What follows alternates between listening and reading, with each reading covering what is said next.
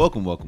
I would like to welcome you to episode 404 of the Unpopular Podcast. This is the man, the myth, the legend, Jalen Hunter. And here at the Unpopular Podcast, I normally ask you to agree with me. I'm asking you to hear me out. So over the weekend, we had Allstar Weekend. And spoiler alert, most of this episode is going to be about Allstar Weekend. It's going to be about what we saw. It's going to be about how we can change things. Most of the episode is going to be centered around All-Star Weekend. Because watching All-Star Weekend, you have to understand what it's for. I'm hearing a lot of discord about things need to be changed or things are broken. And while I do agree that there are changes that need to be implemented to All-Star Weekend in general, I think we are losing sight of what All-Star Weekend is for. Now, that's not me saying, again, that there aren't issues with it. I think that there are major issues with All-Star Weekend, which we will discuss today. But the main goal for All-Star Weekend is to showcase and highlight the best of the best in the NBA. All-Star Weekend was pretty much created and generated so that the NBA can put their best foot forward in a certain instance, or the NBA can it's like a new car. It's like a car show. A car show, you bring your best car, you put your best car, you put all your best parts, and it's like it shows the beauty and the importance of said car.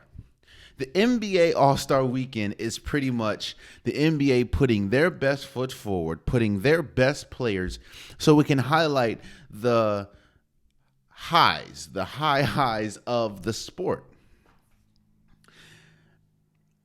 And don't get me wrong. Again, there were some things this year that were incredible about All-Star Weekend. I'm not here saying that All-Star Weekend was a complete dud this year. That's not true.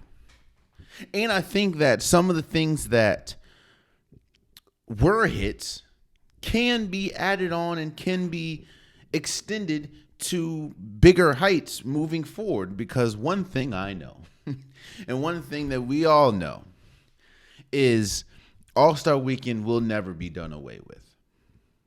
The NBA makes too much money. The city, the state, wherever it's in, makes too much money. All-Star Weekend will never go away. If there's an NBA, if there's an NFL, when we talk about the Pro Bowl, there will be All-Star or Pro Bowl festivities. Even the Discord talking about things we like, talking about things we didn't like, this is generating buzz, generating excitement, generating, whether it's good excitement, bad excitement, this is generating clicks for the NBA All-Star Weekend, which is what they want, which is what any entity wants when they put on a spectacle like All-Star Weekend. But I hear a lot of people talking about the essence or getting back to where we used to be.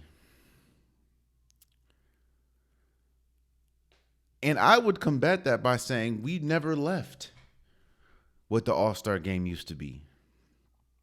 Or not just the game, All-Star Weekend used to be.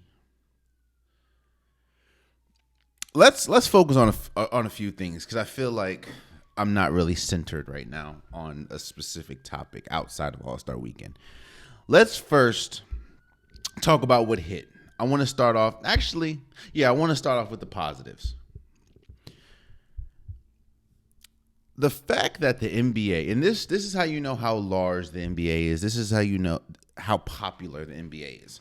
The fact that the NBA can continue to go to states and cities that might not be the most popular, it might not be the most prominent in the United States and America, and still put on, a spectacle that they put on, is extremely commendable. This is no offense to Indianapolis. This is no offense to the Indiana Pacers. But when we talk about, the Super Bowl was just in Vegas. When we talk about Super Bowl, when we talk about football, those type of places, Vegas, Arizona, California, those are places obviously are thought of when we talk about football. And when we talk about big spectacles, whether that's the Pro Bowl. The Pro Bowl used to be in Hawaii. Now it's in Orlando, I believe. Those places are understandable. And I couldn't see the NFL, and this is no shot to the NFL. This is just honest. I couldn't see the NFL take the Pro Bowl to, let's say, Baltimore. I couldn't see the NFL take the Pro Bowl to, let's say, Jacksonville. While, yes, Jacksonville is hotter than Baltimore, when we talk about popularity, when we talk about just sheer size, I couldn't see the NFL doing what the NBA does and yearly going to different cities. Now, I've been on here ad nauseum and talked about the improvements and changes that the Pro Bowl needs, but the fact that the NBA is able to pick up and go to every year, go to a different city. I think next year it's in Golden State. So it's just, that shows just how big and how popular All-Star Weekend and the NBA in general is.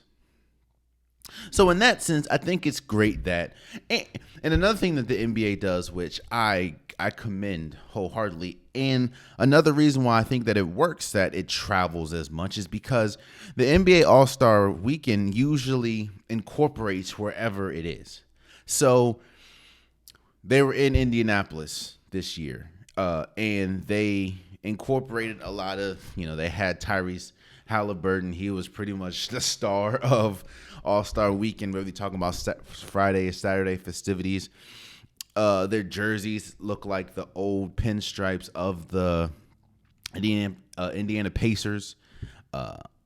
It's just, they know how to put on a spectacle. I will say that. They had the LED floors, which I think was really cool for, the game. It was just great. The new implements that they put in was great. And that's how again, for the people that I'm hearing a lot of, they need to do away with the All-Star Weekend. Just because one or two events are not meeting the expectation that you would expect them doesn't mean that they're failing. Hell, I'm going to talk about the slam dunk contest in a second. I'm going to talk about the All-Star game in a second, but we still watched. Whether we clowned it, whether we bashed it, we still watched, and that's what they want. And at the end of the day, whether it was bad or not, it was still entertaining to watch. That's another thing, and I think that's the whole gist of it all. Whether things didn't hit the way that you would like them to hit, at the end of the day, there's still a base level of entertainment. And that's honestly what it is. That's honestly why, whether you can combat it or not, I do think that All-Star Weekend year after year is a success. So let's talk about some of the new things.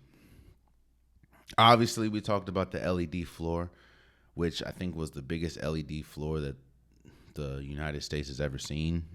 It was pretty much a whole basketball court, which was incredible. I do think it was cool. It was a little, I don't know how it affected some of the three-point shooters as far as three-point contests, but it was really cool to see them implement the LED floor and see them implement, even though I'm not the biggest fan of the skills challenge and the changes that they made to the skills challenge, I do think it was cool how, some of the illustrations and some of the graphics that they used on the floor was really good. I thought it was really cool, really innovative. And I don't think, obviously, I wouldn't want to see an LED floor for an actual basketball game. But I do think when we talk about All-Star Weekend and we talk about something as grand as this, that would be pretty cool. I think that was an incredible touch. I've been saying this for, man, I've been saying this for years now. I'm not saying do away with the slam dunk contest, but what I'm saying is you have to understand what the draw is. And the NBA has to understand what people are there to watch. As unfortunate as it is, the slam dunk contest just isn't what it is anymore. We'll talk about that more in a second. But what I'm saying is I think your programming format has to be different.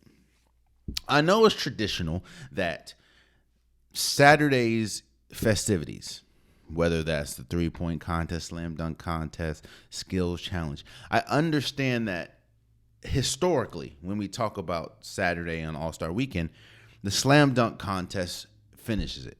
The slam dunk contest is the headliner, pretty much. But for the last few years, or last good amount of years, that has not been the draw. We're going to talk about the game, the All-Star game. But the NBA has to understand you have to adapt to your league, which they do a good job. Don't get me wrong. But you have to adapt to your league. And adapting to your league also means adapting to how you promote your league.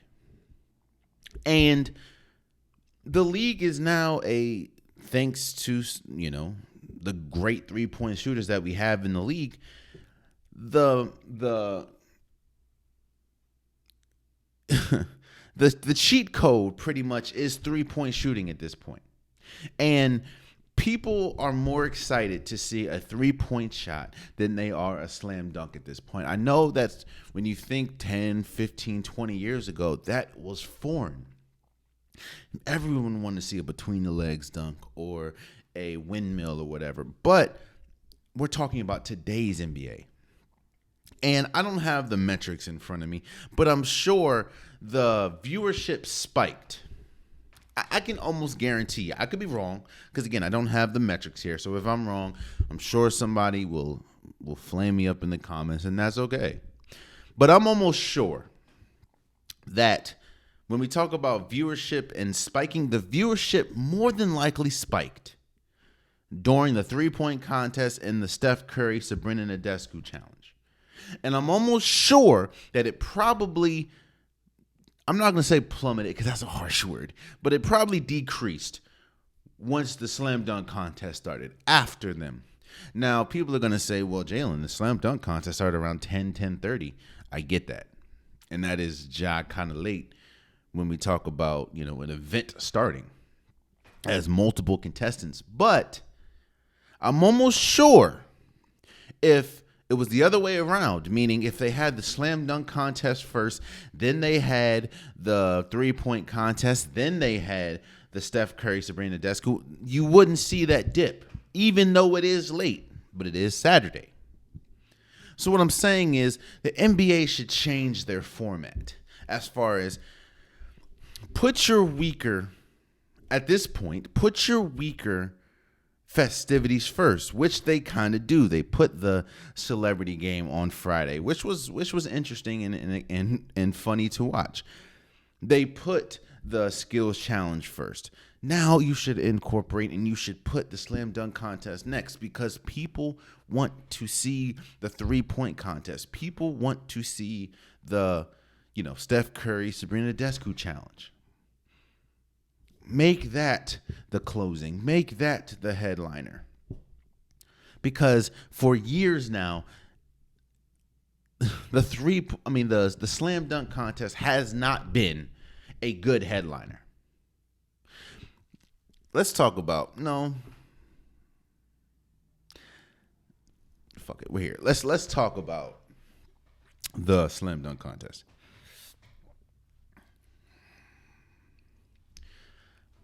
I'm hearing a lot of takes about the slam dunk contest. I will be the first to say I did not enjoy the slam dunk contest. There were moments. Shouts out to Mac McClung, who is in the G League right now for winning his back-to-back slam dunk contest awards. But I'm hearing a lot of chatter about it, and Stephen A. Smith has been loud. And again, this is not me taking a shot at Stephen A. This is not me going at Stephen A. Obviously, I'm not. But Stephen A. Smith was kind of vocal in saying that LeBron James kind of ruined the slam dunk contest because he never participated. And because he never participated, it made stars stop wanting to participate in it. I think this was the first year since 2019 probably, that an all-star was actually in the slam dunk contest, and that all-star was Jaylen Brown.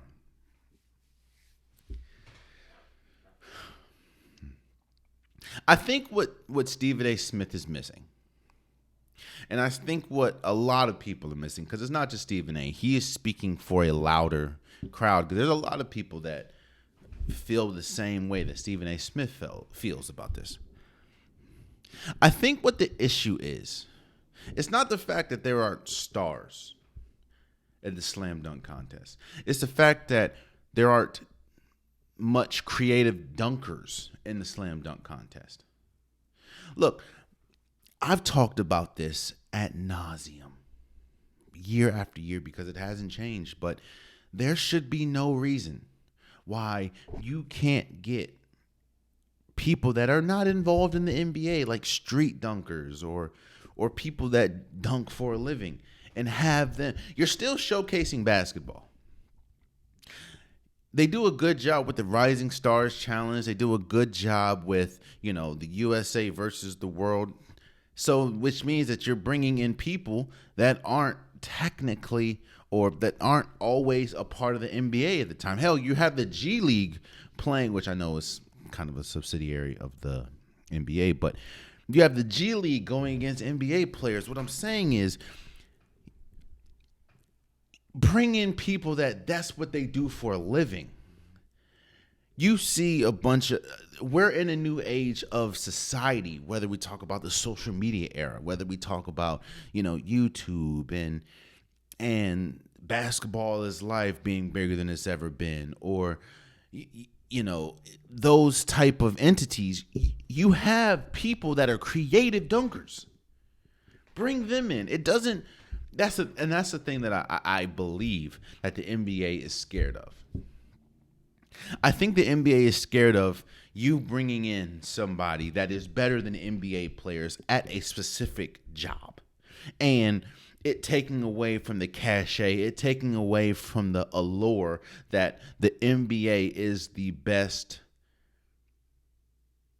place that basketball players live, which I do believe it is true that the NBA is the best of the best. The most talented players are in the NBA. But I think that the NBA you can use a slam dunk contest to showcase people that are outside the NBA, people that are just pure dunkers. I think TNT did something where, Shaq, they brought in dunkers that are outside the NBA and had like a contest. You can do that. But the fact that I'm watching Jaylen Brown jump over Kai Cenat, sitting in a chair, by the way, is crazy to me. Another thing I've heard is that all the dunks that are creative and all the dunks that are good have already happened. That's not true. That could be proven if you bring in actual dunkers. This isn't taking away from NBA players. Obviously, they're on another level when we talk about just the sheer game of basketball. But there are people that are out there that make it a living to dunk the ball. Bring them in. Allow them a shot to showcase their talents. Allow them a shot to showcase the art of dunking. There is people on social media, people on YouTube that have a page just for the quote unquote art of dunking. Let them do what they do. Because I don't think the more and more you keep having non-dunkers or people or non-creative dunkers, which there's nothing wrong with not being able to create it, like being a creative dunker. I think that's the main reason why LeBron James hasn't been in it, or that's the main reason why Zion Williamson hasn't been in it. They're great dunkers. They're some of the best dunkers we've seen in the NBA history. However, there's a difference between being a aggressive and a strong dunker and a powerful dunker and being a creative dunker. I think like Zach LaVine and Aaron Gordon in 2016, probably the greatest dunk contest we've ever seen. I think that is the greatest slam dunk contest we've ever seen. And I will go on this hill in saying that Aaron Gordon was robbed. But the reason why that we still talk about that slam dunk contest and revere it as high as we do is because the creativity. Even now, at the time and now, Aaron Gordon isn't a superstar. Zach LaVine isn't a superstar, but they were creative. And it's okay that today's dunkers can't do what they do. But you know who can? People that are on YouTube, people that are on TikTok, people that are on Instagram, people that are on social media. Why don't you give them a shot? And I'm not saying that they have to create the same dunk, but I've seen dunks way better on TikTok and on YouTube than I've ever seen. Well, than I've seen at the slam dunk contest in a while. That's all I'm saying. I'm not trying to bash and destroy it. What I'm trying to do is I'm trying to save it. Because the slam dunk contest is starting to turn into that Sunday football game that nobody really watches. Like the Washington Commanders against the Arizona Cardinals. No, unless you're a Washington fan or an Arizona fan and it's on your TV, like it's zoned for that, you're not watching that game. Even if you have Red Zone, you're not watching that game. That's what the slam dunk contest has turned into. And I'm trying to help it. Again, I understand the hesitancy in wanting to bring somebody outside the NBA for an NBA weekend showcase, but that actually does nothing but enhance the NBA. And it shows, okay, the NBA is connected and is tapped into entities outside of them. So I'm trying to save it, bro, because the slam dunk contest was not exciting.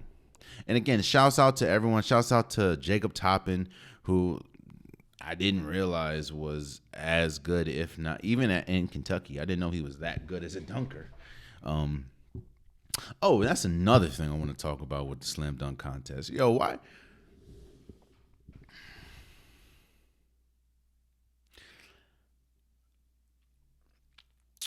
I think, how do I address this? You know what I think is a tired argument? I think the tired argument is, why are people like Stephen A. Smith, like Skip Bayless, why are people like them able to cover, talk, dissect a sport they've never been in? You hear that a lot with, Mina Kimes or people of that ilk. Colin Cowherd, Nick Wright, Chris Broussard. The question is, the tired argument is, those type of people should not be able to discuss the sport that they cover because they never played it. Which I think is the dumbest argument. I understand that there's areas that they may not understand because they never been a part of it. But the fact that they can't cover it, that's like me saying you can't be a history teacher because you were not there in history. You were not there during the civil rights era. You're not there during Egypt day, when they were building the pyramids. I think that's entire argument. Why did I just bring that up? Because I do think that there should be an argument when we're talking about judges and we're talking about ranking things. A person that has been involved or a person that has done that, the reason why I brought that up is because that argument is not weak. And that argument actually makes sense when we talk about someone that's judging something. Like, why would they have me, Jalen Hunter, why would I judge a dog show? Or why would I judge a crochet match? Or not match, crochet thing? Or why would I judge a fencing match if I've never even seen fencing outside of like little clips and stuff? If I don't even know how to do crochet, isn't that the thing with the yarn? Like, why would they have me judge that? I would be so far out of my element because it doesn't make sense. It doesn't make sense that I would be the one to judge that, I don't understand why they have judges. Because at the end of the day, the judges is what is a factor that kind of how do I say this? That kind of goes hand in hand with the excitement and goes hand in hand with the overall product being what it is.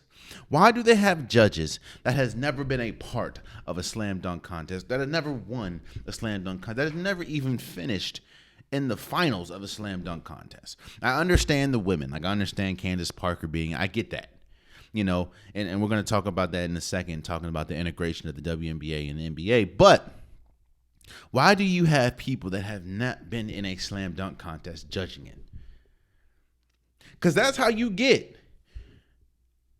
Jaylen Brown dunking over 5-foot Kai Cenat sitting down, so he's pretty much 3 feet tall, and you damn near get a perfect score for that. Yet and still, Obi Toppin, even though I think he missed the first time, but Obi Toppin does damn near a 360 between the legs dunk, and it doesn't get nearly the same amount of points as Jaylen Brown jumping over Kai Cenat. There's a disconnect there. And I just don't... I think when we talk about the argument, we talk about not being able to cover what, that argument should actually stand tall when we talk about judging these type of things. Why do I have someone that can't even touch the rim? That's like me. That's like me judging a slam dunk contest. I can't dunk. So what are we talking about? It just doesn't make sense, man. It doesn't make sense. Man. But shouts out to all the participants of the slam dunk contest. Let me talk about some things that they did get right on the Friday-Saturday part. I think the 3-point contest was good. If I was to change, you know what? To discuss the greatness of the 3-point contest, you have to kind of incorporate the Steph Curry, Sabrina Ionescu challenge, which obviously was Sabrina Ionescu has the record for the most points in a 3-point contest like ever. I think she only missed like 2 or 3 shots one time. I think she had like a 37. And Steph Curry is widely regarded as the greatest shooter that God has ever created. So they wanted to put them up against each other, which was a great thing. The only thing that was trash about that whole part was the belt. Like it was why can't you have a trophy? They had a belt. It was a cheap looking belt. But I think the environment, how they played it up, Sabrina Descu was great. She dropped 26, which was the same score that Damian Lillard dropped, who won the 3-point contest. Steph Curry ultimately beat Sabrina Descu. He dropped 29, but it was I loved how they did it. It was great. Now, I would probably wish they'd have 2 rounds, but I understand. I understand why, and I think that it was great, and that kind of brings me to another improvement that I would do. I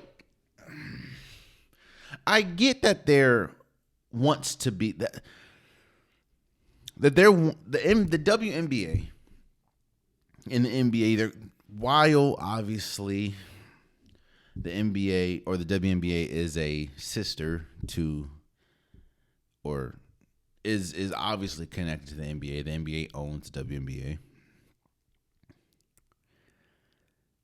Seeing Sabrina Nadescu perform as well as she did opened the eyes to a lot of people. It didn't open their eyes to me, because obviously I watch the WNBA a lot of times, and I understand that there are some incredible shooters in the WNBA. But the reason why a lot of people were so shocked at the greatness of Sabrina Descu shooting the ball is because they don't watch the WNBA that much. So they probably don't know who she is.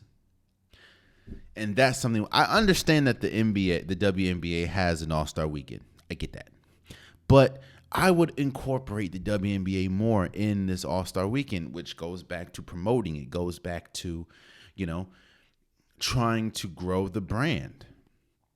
Why is it that we don't have some of the best WNBA shooters in the 3-point contest?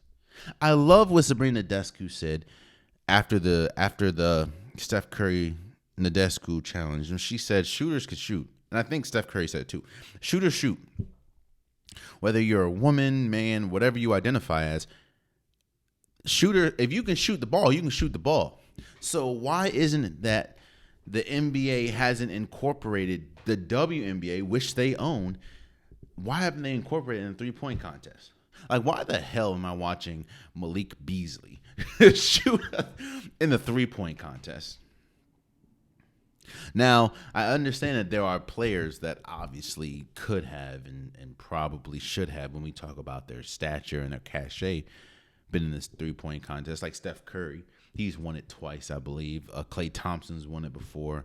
But I would love to see some of the WNBA stars in it. Like, I would love to see Kelsey Plum in the 3-point contest. I think that would be great. Like, let me see. I would love to see. Oh, hold up. I was about to say, I know I am not tripping. I would just love to see some, some they incorporate the women, they incorporate the WNBA in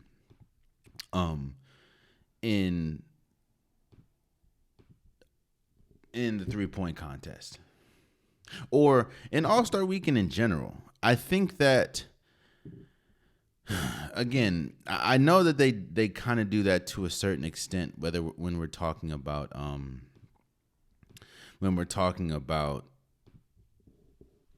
the celebrity game, which I think that is, I've said this before, but I'll say it again. I think that's kind of disrespectful to the WNBA when you have WNBA players like Jackie Young, when you have WNBA players like, Candace Parker a couple years ago. Some WNBA stars play in the celebrity game. Like, there should never be a time where Jackie Young is playing on the same floor as Kai Cenat, or if there should never be an instance where, let's say, Breonna Stewart is playing on the same floor as Kevin Hart. Like, if you're going to incorporate the WNBA, incorporate them in the three-point contest. Incorporate them in the skills challenge. I know they try to do that from time to time, but incorporate them in the skills challenge. Because quiet as kept, there's a lot of women that are much more skilled than men in those areas. And you saw that with, now obviously Sabrina Descu might not be a better shooter than Stephen Curry, but Sabrina Descu was better than a lot of people that won the three-point contest. Shouts out to Damian Lillard for winning. But she recorded the same amount of points that he did to win. So I think that I would incorporate women more, or the WNBA more, in Saturday festivities. And for the people that are saying there should be a, they should do like a Steph Curry, Klay Thompson, or Steph Curry and Damian Lillard going against Sabrina Descu and Caitlin Clark. Do you all understand? There are much better shooters in the WNBA than Caitlin Clark. Like, who, might I add, is not in the WNBA right now. Like, there are much better shooters in the WNBA right now as we speak than Sabrina Nadescu. I mean, no, I'm sorry. Then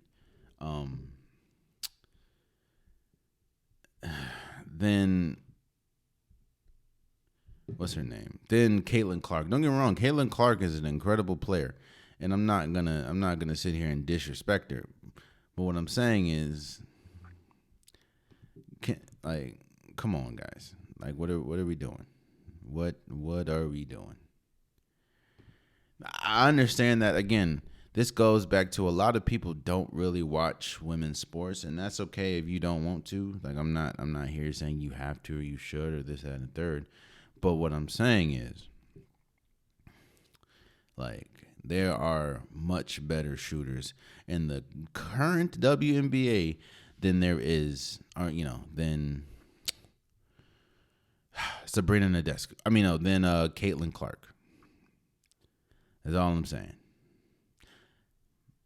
Like, I'm just looking at the 3-point percentage for a lot of these women, and you got better you got better people. You got Kia Nurse. You got Chrissy Tolliver, even though she did get hurt last year. You got Alicia Clark, Lexi Brown, Jasmine Thomas. Like, that's all I'm saying. Tiana Taurasi, Kayla McBride. But yeah, incorporate women in the 3-point contest, and that'd be cool. Another thing I would like to see, and I talked about this before. You've seen people like the Gilbert Arenas podcast talk about it before. So, obviously my thoughts are original, but I'm not the only one that thinks this. I think it would be incredible to have a 3-point contest. Have a 1-on-1, 2-on-2 contest. I know players probably wouldn't do it because of the fear of, getting exposed and getting embarrassed, because there are players that are great team players. And then there are some players that are great 1-on-1. But I think that would take away the skills challenge and put in a 3-point, or not 3. Why do I keep saying? Oh, because I was talking about 3. Put in a 1-on-1 or 2-on-2 challenge, boy, man, or 3-on-3. Like, you gonna see. Like, imagine how they promote that. Like, you have Steph Curry going up against Kyrie Irving in a 1-on-1. Or you have Kevin Durant going up against Jayson Tatum in a one-on-one. Or Shai Gilgeous-Alexander going up against Luka Doncic in one-on-one. Or Dame going up against, I don't know, Trae Young. I think that would that you're talking about promotion, you're talking about moving the needle. That would be great. Again, I understand it'll probably be hard for players to accept that, seeing as though I don't know, but still, you're gonna see some intense, because no one wants to get embarrassed. You're gonna see some intense games. That's all I'm saying. That is that's Saturday's festivities. Let's talk about the All-Star game for a second. Again, I told you most of this episode was going to be about All-Star Weekend.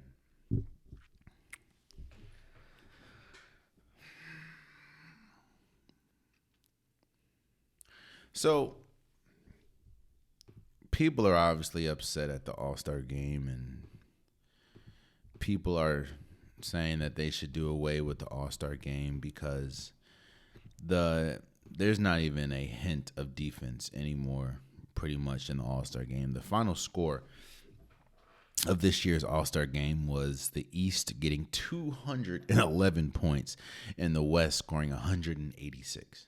This is the first time in All-Star game history that they scored over 200. Obviously, they scored the most. And it was essentially, I think that the stat was both teams attempted 146 three-pointers.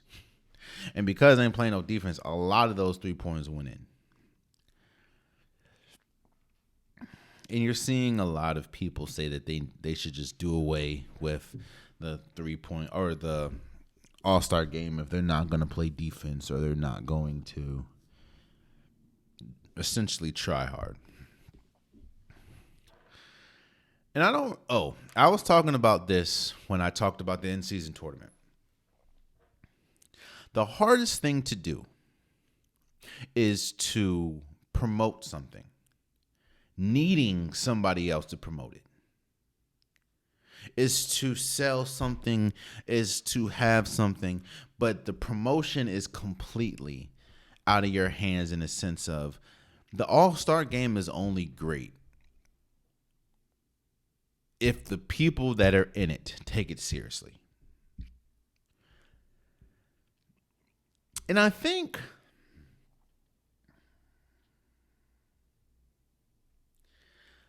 what people have to understand, especially the people that are saying that they need to do away with the All-Star Weekend or do away with All-Star game. You know when All-Star selections really matter? I know that this is going to be a harsh truth for a lot of people, but it's the truth. All-Star selections only matter when somebody retires and when you're building up a case for if they should or should not be in the Hall of Fame. Players know that as well. And you're hearing about,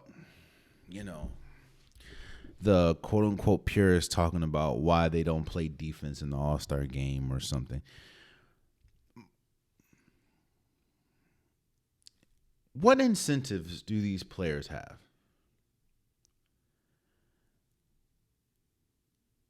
That they need to essentially try hard in an exhibition game. This game does not matter in this grand sense of if Damian Lillard, who won the All-Star Game MVP, the Milwaukee Bucks don't have an automatic bid in the playoffs or automatic first-round bye. Damian Lillard don't make more money because he was an All-Star or an All-Star Game MVP. There are people that Michael Jordan and Kobe Bryant were All-Star Game MVPs. They're sitting in the same exact Hall of Fame that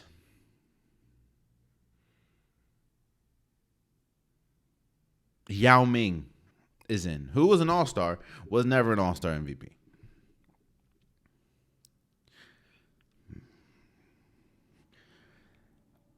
You have to understand, man, The All-Star game is going to reflect on how today's NBA is, or how the current NBA is to whenever the All-Star game is.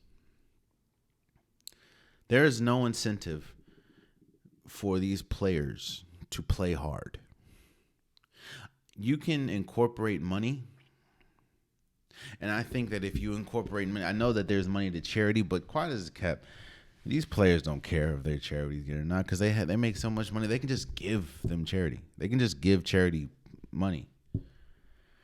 But if you say, hey, if you win, you saw that with the in-season tournament. They said if you win, you get like 500K. You saw everybody playing hard.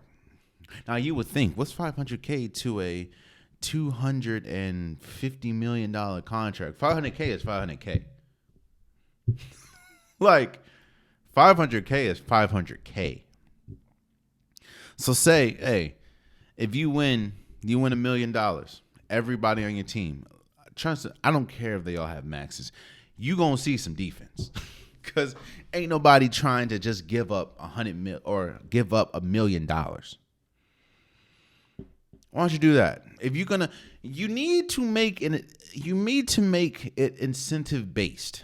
Meaning, what reason do I have to play hard, potentially get hurt, which ruin the actual season? Like no. And quiet as it's kept, I'm not saying you have to play a lockdown 1995 defense. What I'm saying is just get a little bit of effort. And I put money. You'll find that effort in $1 million. Just like the in-season tournament, you found that effort with a 500K. The whole winning team gets $1 million extra dollars. Let me tell you something. You're gonna see some blocks. You're gonna see some defensive stances. I promise you that. But this is what you're gonna get. And on top of that, quiet as it's kept, today's NBA, these players, they're much more skilled offensively than they were back in the day. So maybe it was defense. They played more defense back in the day, but it also, you're not playing. These players are better offensively. Like, you think there was a Damian Lillard back in the day that can shoot walk up threes from the half court, or Steph Curry, or Karl Anthony Towns that dropped 50 and still lost? I understand, like, you want your stars to take it seriously. Like, it was clear that Nikola Jokic and Luka Doncic, I'm not just singling it out, but they were two that came to mind, didn't really take it seriously. But again, there's no incentive to take it seriously. They probably didn't want to be there. Because I get the whole building resumes and everything when we talk about, Hall of Fame worthy or whatever, but a lot of these players looking at it as, I don't want to be here. Other players get this weekend off, get to have rest, and I got to do all these TV obligations and commercial obligations and NBA obligations and all these interviews. Nobody wants to do that. And then you still expect them to play hard for nothing? I'll say this, and then we will finally move on for All-Star Weekend.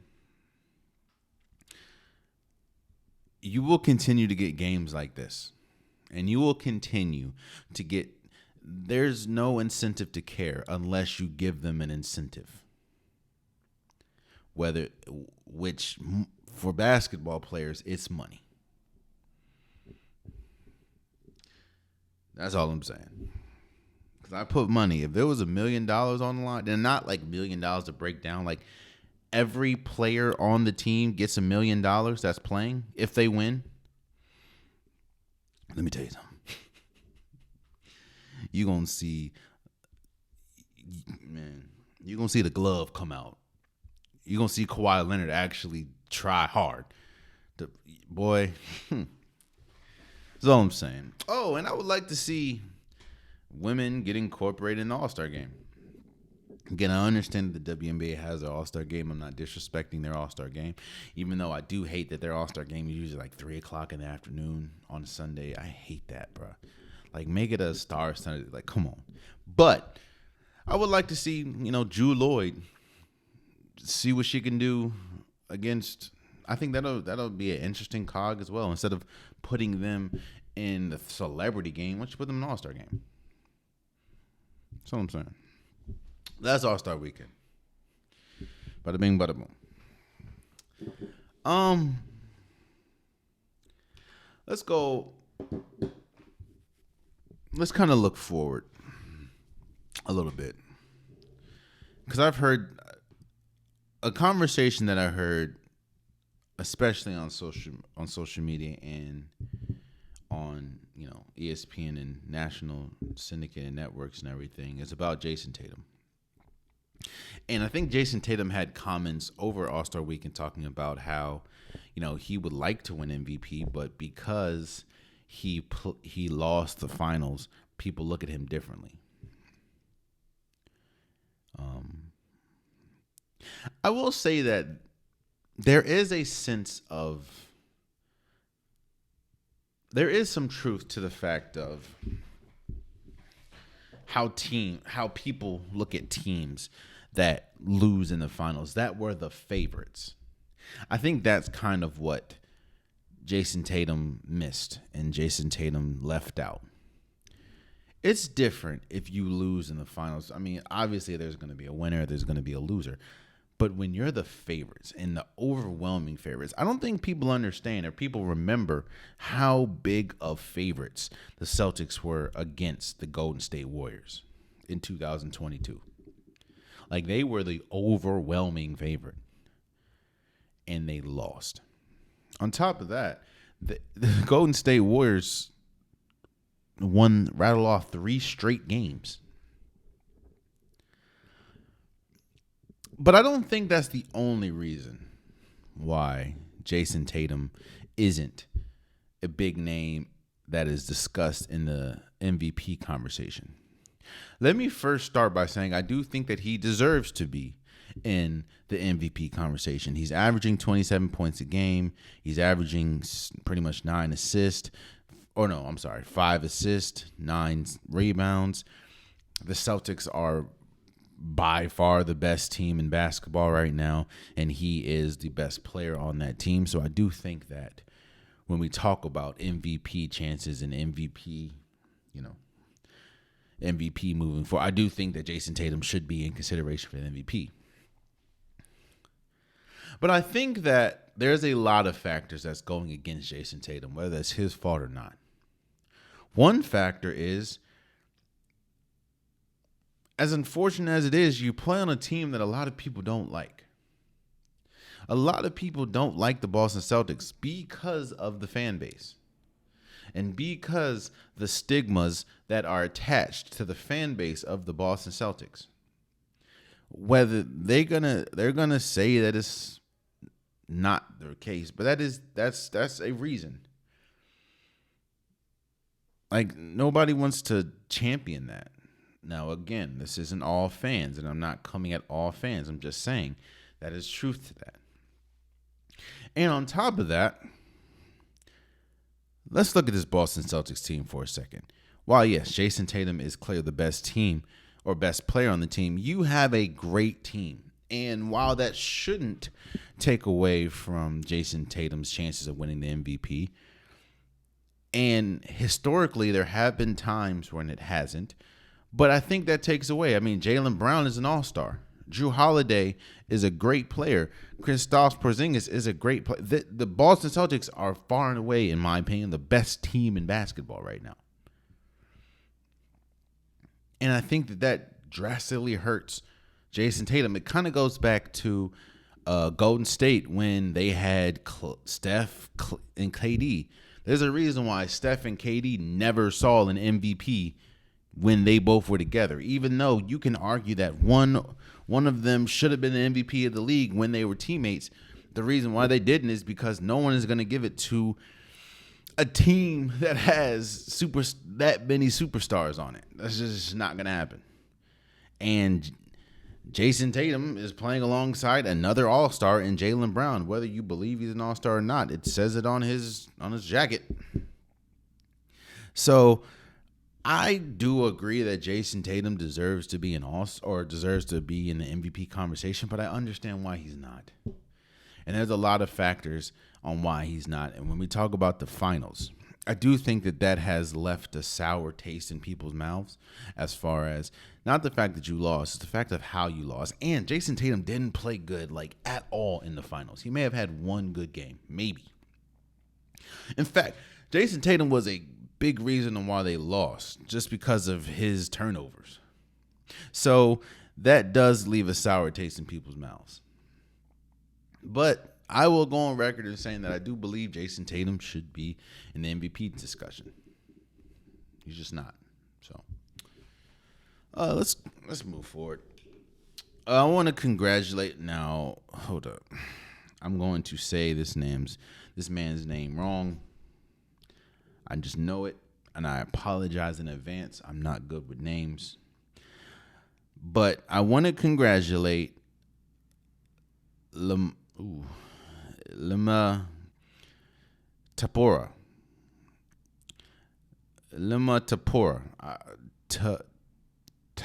Tapuria. Man. Damn. For beating Alexander Volkanovski at UFC 298. Alexander's a lot easier. I don't know him personally, but I'm going to call him Alexander because I'm just call him Volk because I know a lot of people call him Volk. He was one of the longest reigning UFC champions in their history of the sport, and the fact that Tapuria,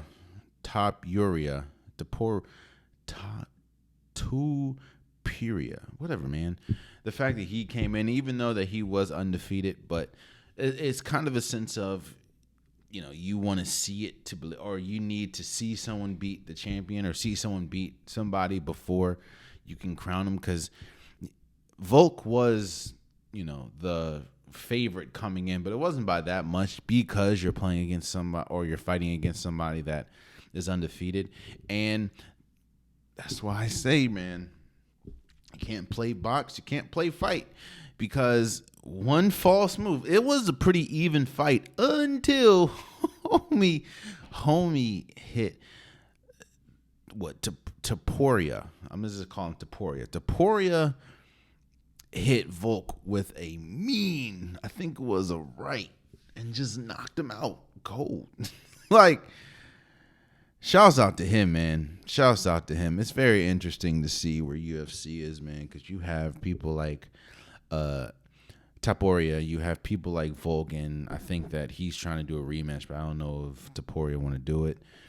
You have Conor McGregor coming back. You have Leon Edwards. This is very interesting. I don't know when John Bones Jones is going to be fighting again, but yeah, man. But shouts out to Tapuria. I know I'm butchering your name, so I apologize for beating Alexander Volkanovski at UFC 298. Shouts out to you.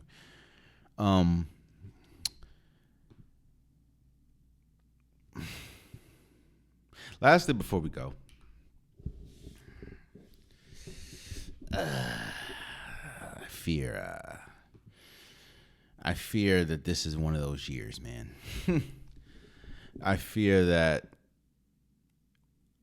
Now, I watch a lot of college basketball, a lot, and everyone that knows me knows that my favorite team is North Carolina. I've talked about it ad nauseum on this platform. And right now, North Carolina is, I think, ranked 10th. They had sort of a up and down last 2 weeks, but they're ranked 10th. And I think the projections that came out for March, they have them as a second seed. But I'm having a fear, man, that this is one of those years. This is one of those years where there is a clear. Remember I can remember this two distinct times. Remember the year Villanova had like Dante DiVincenzo and Mikal Bridges and I think Jalen Brunson, and they were just far and away better than everyone, and they dominated everyone. Even in the national championship, they destroyed. I don't remember who they played, but they destroyed a team in the national championship. To the fact that it was just like, in fact, I'm gonna look that up. The last time Villanova was in the championship, it was 2018. They destroyed. Oh my God, they destroyed Michigan.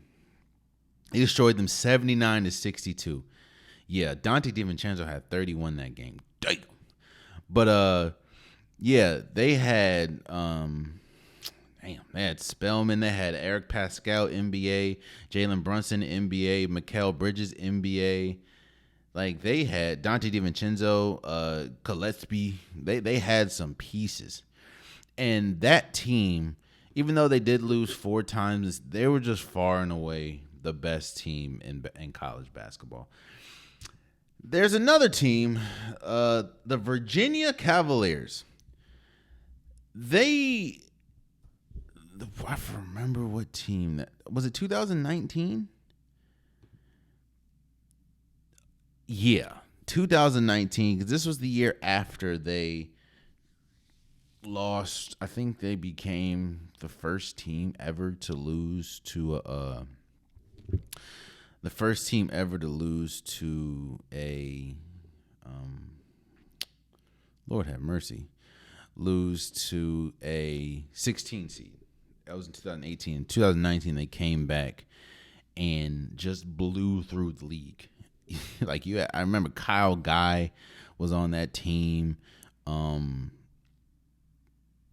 Ty Jerome, DeAndre Hunter, and I think they played Texas Tech in the national championship.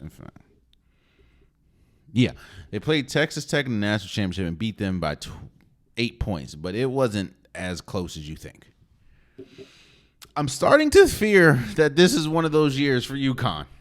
I know UConn did win last year, but there is not a team. I don't see a team that is even on the same level as UConn. Now, that's no offense to Purdue, even though Purdue did lose. That's no offense to like Iowa State, who's incredible defensively. Houston, who's incredible defensively. My North Carolina Tar Heels. Arizona, that have Caleb Love going crazy. But yeah, Marquette just got destroyed by UConn. Kansas, like it's hard for me to look up and pick anyone against UConn right now.